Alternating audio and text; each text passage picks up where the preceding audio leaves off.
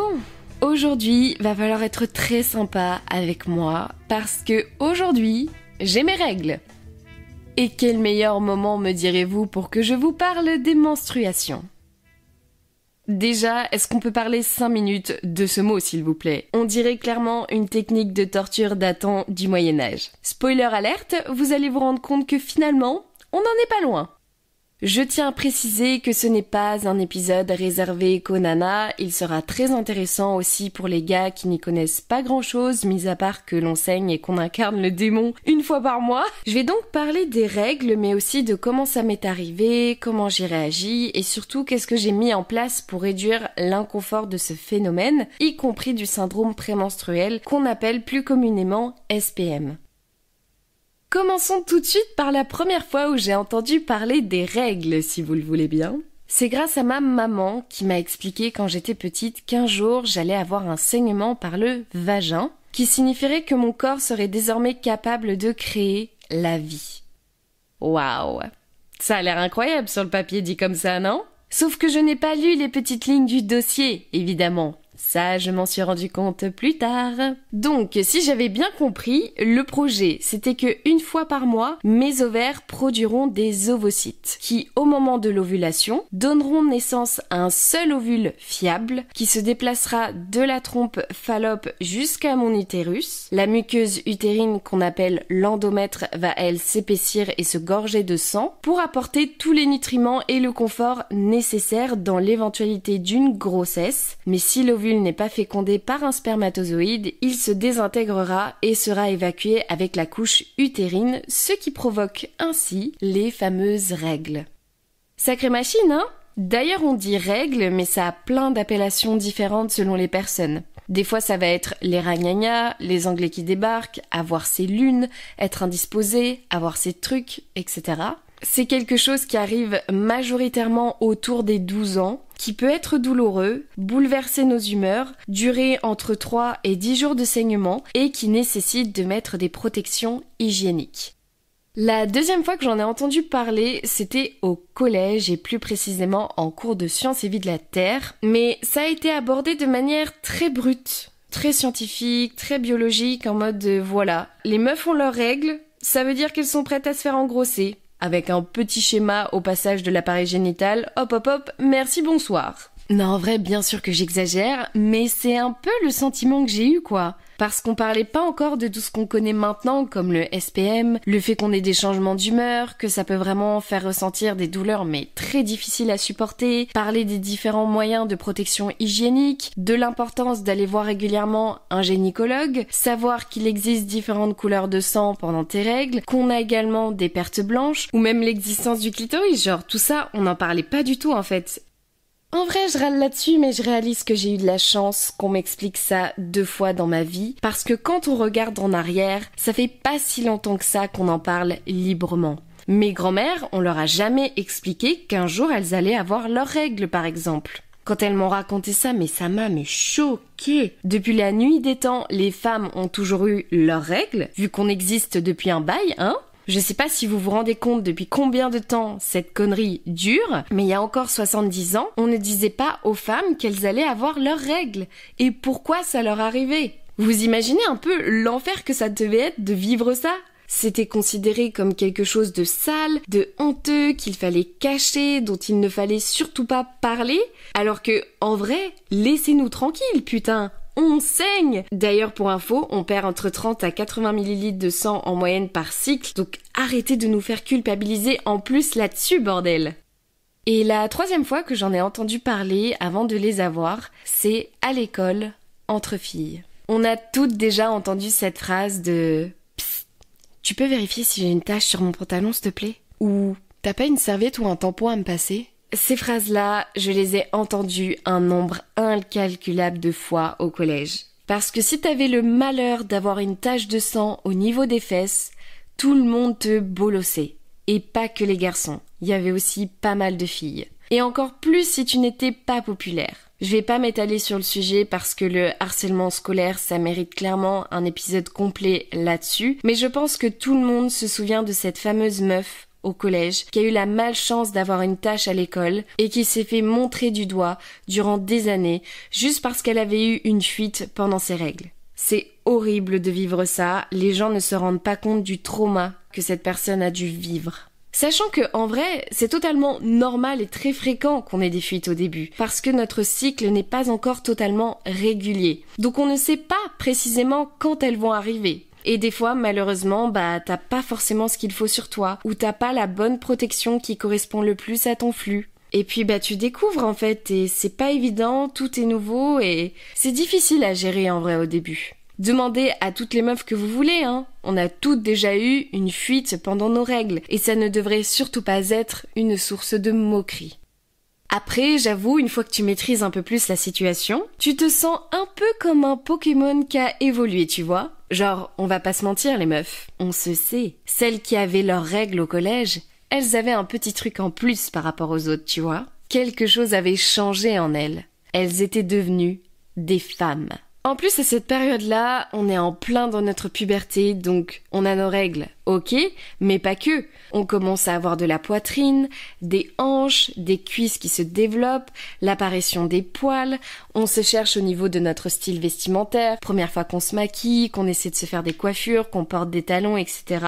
Et en vrai, même si c'était pas du tout le cas, t'étais un peu badass, tu vois, quand tu les avais. Parce que ça voulait dire que t'étais passé au level supérieur. Alors que, meuf, t'as 13 ans, je te rappelle. Tu rêves encore de te marier avec le chanteur de Tokyo Hotel que t'as en poster dans ta chambre, donc redescends s'il te plaît. En plus, c'est pas si ouf que tu le penses en vrai. Genre, vraiment pas. Repense aux fameuses petites lignes du début que tu n'as pas lues, s'il te plaît.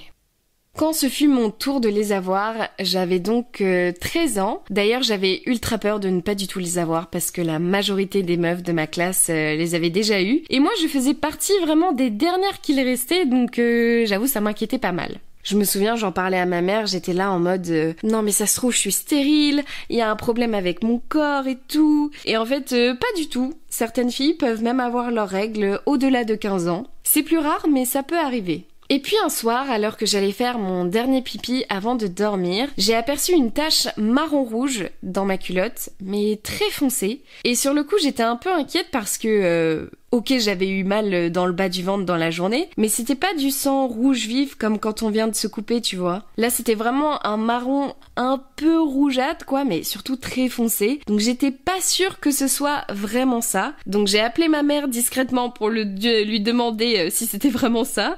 Et elle m'a confirmé que oui, en effet, ça y est, j'avais bien mes règles. Victoire, ça y est, j'ai mes règles. Et bien évidemment, comme toute maman qui se respecte, elle s'est empressée de le raconter à toute ma famille. Mon père, ma grand-mère, ma tante, allons-y. Franchement, je sais pas pourquoi il y a ce petit rituel d'annoncer à toute la famille que ça y est, ma fille est menstruée. Si t'es une meuf et que t'as déjà eu tes règles, tu sais très bien de quoi je parle, combien ce moment peut être un tantinet gênant. Mais en vrai, c'est sympa parce que toute ta famille te félicite, te célèbre parce que ça y est, t'es devenue une femme, entre gros guillemets. Bon, enfin, tu me diras, je préfère ça que l'ancienne coutume qui consistait à foutre une énorme raclée à sa fille quand elle avait ses premières règles. Franchement, il y a des coutumes concernant l'apparition des premières règles qui font flipper. Vous ferez vos propres recherches sur internet, mais c'est très dark des fois.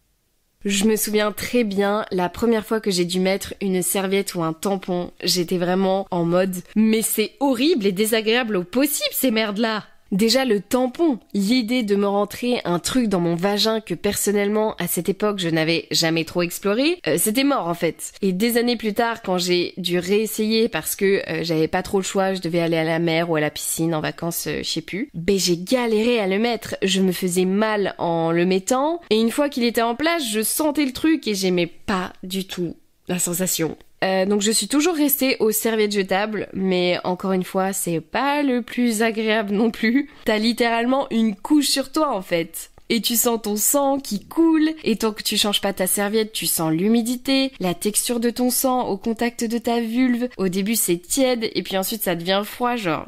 C'est compliqué comme sensation quand t'as pas l'habitude. C'est un peu comme le premier soutien-gorge que tu vas mettre en fait. La première fois que t'en mets, t'es en mode mais au secours, c'est quoi cet objet de torture? Puis après, tu vas finir par t'y habituer en fait. Non, en vrai, c'est faux, je me suis jamais habituée à cette merde-là. J'en mets plus maintenant, je mets que des brassières sans armature, mais oh my god.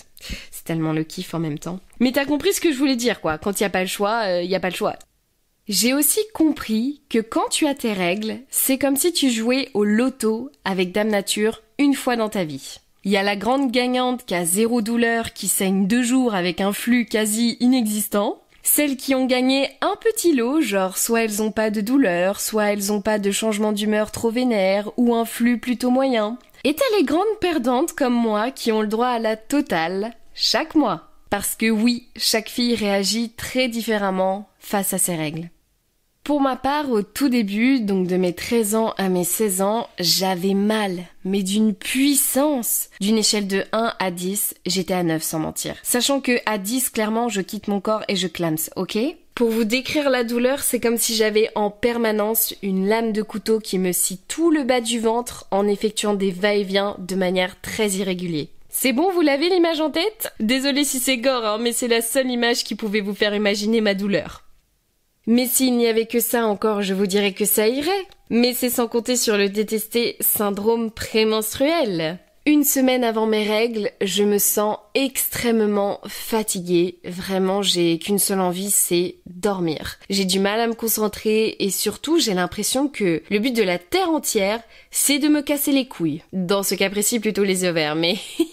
Vraiment, je suis une nana hyper solaire, hyper ouverte et bienveillante avec les autres de base, hein. Mais cette semaine-là, faut pas me faire chier. Faut être très gentil, très patient et indulgent avec moi, parce que sinon, je peux vraiment être très mauvaise si on me contrarie. En plus de ça, je me trouve moche, j'ai des boutons qui peuvent apparaître, mon bas du ventre qui commence à gonfler et j'ai l'impression d'être une baleine, je me sens triste, genre je vais avoir l'alarme hyper facile, je vais avoir besoin de beaucoup d'amour, beaucoup d'attention de la part de mes proches et je vais remettre facilement toute ma vie en question. Bref, c'est un peu la cata, vous imaginez que ça tous les mois, c'est très épuisant, mais surtout, la chose qui me fait tout de suite penser que je vais bientôt avoir mes règles, c'est que j'ai une fonce dalle de fou malade. Mais vraiment, j'ai des pulsions d'envie de dégommer mon frigo ou mes placards à gâteaux. Oh, c'est horrible et je dirais presque que ça peut être incontrôlable parfois. La veille de mes règles, je vais ressentir des légères sensations d'inconfort dans mon corps, des légères courbatures, mal dans le bas du dos, mal dans le bas du ventre, parfois même aussi mal à la tête, les seins qui vont être gonflés, le corps lourd, et parfois ça va tellement être désagréable que je peux louper mes cours de danse. Alors que, franchement, j'adore ça. La danse, c'est toute ma vie. Mais j'ai déjà testé de me forcer à y aller. Et la vérité, c'est que j'arrive pas du tout à suivre. C'est n'importe quoi. Vaut largement mieux que je reste chez moi peinard parce que j'arrive à rien faire dans ces conditions, en fait. Et quand vient le jour de mes règles, je vais douiller ma race les 3 premiers jours. Je vais avoir très mal au ventre et souvent je vais être obligée de prendre des médicaments pour m'aider à supporter la douleur. Et ensuite, on va dire à partir du fin de 3e, 4e jour, je commence à me sentir mieux, mon énergie revient ainsi que ma bonne humeur et la vie redevient belle. Pouf! Ah ça, quelle misère Seigneur, me direz-vous. Heureusement, du haut de mes 26 ans, j'ai réussi à mettre en place des solutions pour réduire l'inconfort des règles que je vais me faire un plaisir de vous partager. Déjà, ma priorité, ça a été de diminuer la douleur parce que ça devenait vraiment insupportable et c'était pas normal en fait. Donc j'ai été voir plusieurs gynécologues pour leur demander si j'avais de l'endométriose. C'est une maladie gynécologique qui concerne les femmes qui ont des douleurs très intenses pendant leurs règles et ils m'ont gentiment fait comprendre que je pouvais aller me faire foutre. Voilà. Encore une fois, j'abuse, pardon. Mais elles m'ont dit qu'il y avait très peu de professionnels qui savent repérer l'endométriose et qu'en plus, même si on arrive à le diagnostiquer, on n'a pas de remède encore contre ça. Tout ce qu'on peut faire, c'est diminuer la douleur avec des anti-inflammatoires non stéroïdiens, la pilule ou une intervention chirurgicale si vraiment on voit que les kystes et les lésions utérines prennent trop d'ampleur. Mais sinon, y a rien à faire malheureusement. Sachant que j'avais déjà pris une pilule microdosée adolescente pour me protéger des risques de grossesse en plus du préservatif bien sûr, et j'avais déjà remarqué que j'étais passée de 7 jours à 6 jours de saignement. Et mes douleurs avaient un peu diminué. Je prenais toujours des anti-inflammatoires, mais j'avais remarqué que déjà, ça m'avait pas mal soulagée de prendre une pilule. Et quand je suis retournée voir ces fameux gynécologues pour savoir si j'avais l'endométriose, ils m'ont tout de suite proposé la même chose, passer d'une microdosée initiale de 20 microgrammes à une de 30 microgrammes. Je sais qu'il y en a plein qui disent que la pilule c'est pas bon pour le corps et en effet c'est important de le souligner, mais la pilule augmente l'apparition de plusieurs cancers, principalement celui du sein, du col de l'utérus et du foie, mais aussi des risques cardiovasculaires, et il y a plein de filles à qui ça ne convient pas parce qu'elles ont trop d'effets secondaires. Mais perso, moi j'ai eu qu'une bonne expérience avec la pilule. Quand je prenais ma microdosée, à l'époque c'était Optilova, ça m'a déjà donné de la poitrine. Moi qui n'en avais pas à l'époque, je peux vous dire que j'étais ravie. J'ai pas eu de boutons, pas de grosses prises de poids, ça n'a pas eu d'impact sur ma libido, ça a réduit la durée de mes règles et un peu la douleur, donc franchement trop bien quoi, que du positif. Et je sais qu'il y a même une période où je voulais arrêter de prendre cette pilule parce que j'étais consciente que voilà, c'était pas hyper sain pour mon corps et que en plus c'était une période où j'avais pas forcément de partenaire régulier. Donc je voyais pas l'intérêt de continuer et oh là là. La connerie que j'ai faite. Je peux vous dire que j'ai très vite regretté mon choix. J'ai retrouvé exactement la même douleur insupportable que je ressentais quand j'avais 14 ans. Vous savez le fameux 9 sur 10 là? Ah là là là là, j'étais tellement pas prête. Pour vous dire, dès que je faisais un mouvement qui nécessitait l'implication de mon ventre, c'est-à-dire juste respirer, tousser ou rigoler, c'était comme une énorme décharge qui venait me démonter ma race, quoi. J'avais envie d'hurler, j'étais même arrivée à un stade où me lever de mon lit pour aller aux toilettes devenait compliqué. Ouais, c'était chaud. Donc je peux vous dire que ma pilule, je ne la quitte plus. Maintenant là, ça y est, on est devenus les best friends forever and ever, hein, parce que je sais désormais que si je ne la prends pas, je ne peux pas vivre correctement en fait. Du coup, quand ils m'ont proposé de prendre la même pilule mais en version un peu plus dosée, qui s'appelle donc l'Optidril, je me suis dit allez, on teste. De toute façon, si c'est pour du mieux, hein, voilà, faut essayer quoi. Et en effet, ça a légèrement diminué la douleur de mes règles et je suis passée de 6 jours à 5 jours de saignement par cycle, sachant que voilà, elle m'a dit que je pouvais également la prendre en continu pour avoir moins mal. J'ai repris encore un peu de poitrine au passage, donc plutôt cool. Et pareil, aucun effet néfaste sur moi, quoi, du moins pas à ma connaissance, donc c'est pour ça que je continue de la prendre. Et il faut aussi savoir que même si ok, la pilule ça a beaucoup de défauts, elle a quand même le petit avantage de quand même diminuer le risque de cancer de l'ovaire et de l'endomètre. Et ça c'est une bonne chose, je trouvais ça important de le préciser. Je continue quand même la prise d'anti-inflammatoires non stéroïdiens. Donc moi j'ai de l'Antadis qui est le seul médicament qui calme ma douleur de règles. Tout ce qui va être Doliprane, Spasfon et compagnie, ça ne me fait rien du tout. Et pour vous dire, quand je prenais ma pilule microdosée Optilova, j'avais besoin de prendre 2-3 comprimés pendant mes 3 jours de règles, où j'avais bien mal. Alors qu'avec la pilule plus dosée, donc l'Optidril, je n'en prends plus qu'un seul, voire des fois pas du tout selon certains cycles. Donc voilà comment je maîtrise à ce jour ma douleur, même si bien sûr on peut toujours faire mieux et je pense que ça sera le travail de ma vie d'essayer de trouver des techniques, des remèdes pour souffrir le moins possible pendant mes règles. Mais il y a quand même une dernière chose aussi qui est très simple et très complémentaire pour réduire la douleur, c'est la chaleur. Celle d'un bon bain chaud, d'un plaid, d'un chauffage, d'une bouillotte posée sur le bas du dos ou le bas du ventre. Franchement, ça soulage énormément et ça permet de se forcer un peu à se stopper pour prendre soin de soi, je trouve. Parce que dans notre quotidien, on veut toujours faire tout le plus rapidement possible, histoire de toujours être plus productif, blablabla. Mais à cause de ces conneries, on oublie de prendre du temps pour soi et de ralentir cette course infernale à toujours vouloir gagner du temps. Alors oui, c'est pas cool d'avoir des règles douloureuses, mais maintenant, avec l'expérience, je le vois plus comme un moment où je suis un peu forcée de ralentir mon rythme de vie pour tout simplement prendre soin de moi. C'est comme quand on a des problèmes de santé. C'est là qu'on réalise que le travail, l'argent, les objectifs, tout ça, ça n'a plus aucune importance, plus aucune valeur en fait, dès l'instant que ta santé est remise en cause. Et je trouve que le fait de prendre soin de toi en ralentissant ton rythme de vie minimum une fois par mois, c'est essentiel à une bonne hygiène de vie finalement. J'aime bien le voir comme ça. Par exemple, une semaine avant mes règles, quand je suis en plein SPM donc, je vais me laisser des week-ends ou des journées consacrées à mes envies. Si j'ai envie de regarder une série entière toute la journée, je vais le faire. Souvent, je vais prendre le temps de me tirer les cartes pour me faire un bilan général du mois. Je vais prendre le temps d'écrire mon journal, ou je vais rester 1000 heures dans la salle de bain si ça me chante pour me chouchouter. Souvent, je sais que j'aime bien me mettre en mode petit spa maison. Je me mets dans le noir, j'allume des bougies, je me mets de la musique douce. Je prends le temps de me faire la totale, gommage, masque, soins, etc. Et surtout, je prends le temps de traîner au lit, de faire des méga siestes plus longues que d'habitude, de faire des grasses matinées, scroller des heures sur TikTok, regarder YouTube, les réseaux sociaux. J'apprécie être une larve en fait. Pour ce qui est du choix des protections hygiéniques, même si je suis toujours aux serviettes jetables actuellement, j'ai trop envie d'essayer les culottes de règles.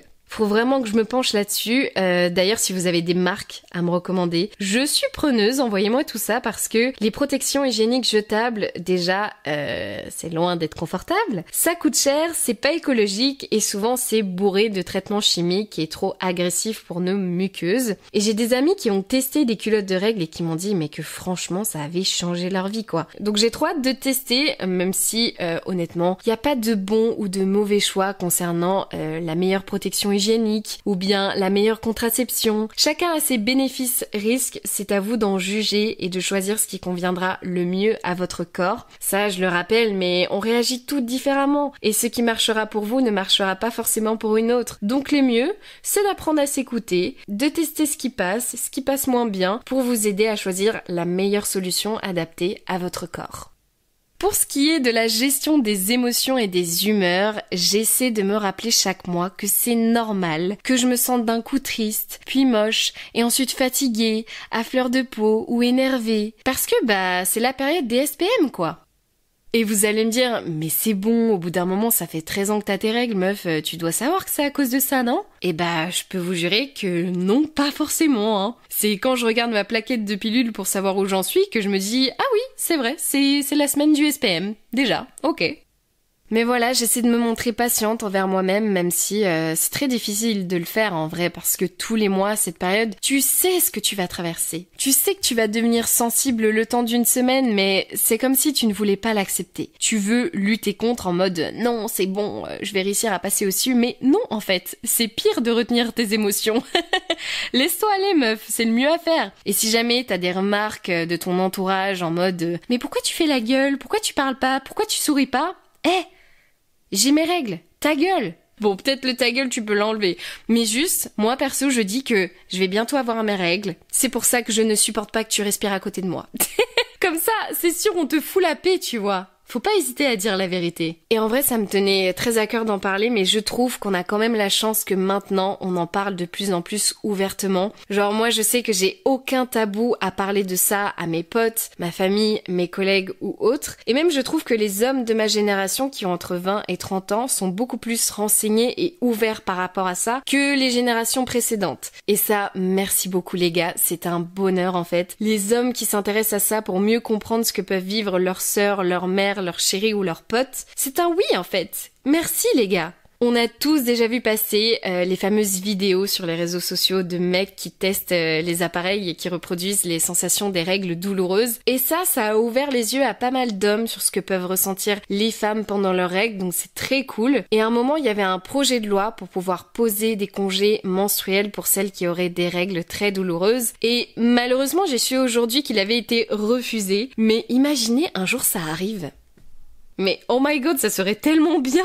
Moi perso j'y crois, hein. Je sais qu'un jour on y arrivera, c'est comme le droit de vote, le droit à l'IVG, tout ça on a fini par les avoir, non pas sans peine, beaucoup de temps et de travail, mais la finalité reste la même, et ça le sera un jour pour les congés menstruels ou même pour la recherche dans l'endométriose, j'en suis sûre, et je nous le souhaite parce que j'aime mon pays, la France, et j'aspire vraiment qu'elle devienne un pays où les femmes auront autant de droits que les hommes, et si ça peut passer par les congés menstruels, commençons par ça. En tout cas, si vous, messieurs, vous avez envie de contribuer à votre échelle pour notre cause, n'hésitez pas à défendre nos droits, mais aussi à nous accompagner de temps en temps dans cette période en préparant par exemple une bouillotte à votre copine. Vous pouvez également lui faire un massage, lui donner un plaid, son doudou, quelque chose de réconfortant. Vous pouvez préparer le repas préféré de votre pote, votre sœur ou votre mère en regardant avec elle une comédie ou un Disney. Enfin non, peut-être pas un Disney parce que sinon elle va chialer. On va rester sur le film comique plutôt. Et s'il vous plaît, n'hésitez pas à avoir chez vous des protections hygiéniques pour les nanas qui passeront chez vous. Voilà, vous allez marquer des points tout seul avec ça, c'est sûr. Merci de m'avoir écouté, j'espère que cet épisode vous aura plu et que ça vous aura appris plein de choses. Moi, ça m'a fait très plaisir d'en parler parce que j'ai mis beaucoup de temps avant d'avoir une bonne relation entre guillemets avec mes règles. Ça me tenait à cœur de partager tout ce que j'ai appris avec le temps pour aider une jeune fille à mieux comprendre ses règles, une femme à mieux gérer son SPM ou un homme à mieux comprendre ce que vivent les femmes pendant leurs règles. Gros big up d'ailleurs à toutes les meufs menstruées, vous le savez peut-être pas, mais vous êtes des queens. Merci d'être vous, d'être des battantes à vivre ça tous les mois. Grâce à vous, on crée une des plus belles choses sur Terre. La vie. Prenez soin de vous, n'hésitez pas à mettre 5 étoiles au podcast, laisser un like, un commentaire ou à envoyer ça à vos proches. Et je vous dis à très bientôt dans un prochain épisode de Dolly Talk. Mouah. Bisous.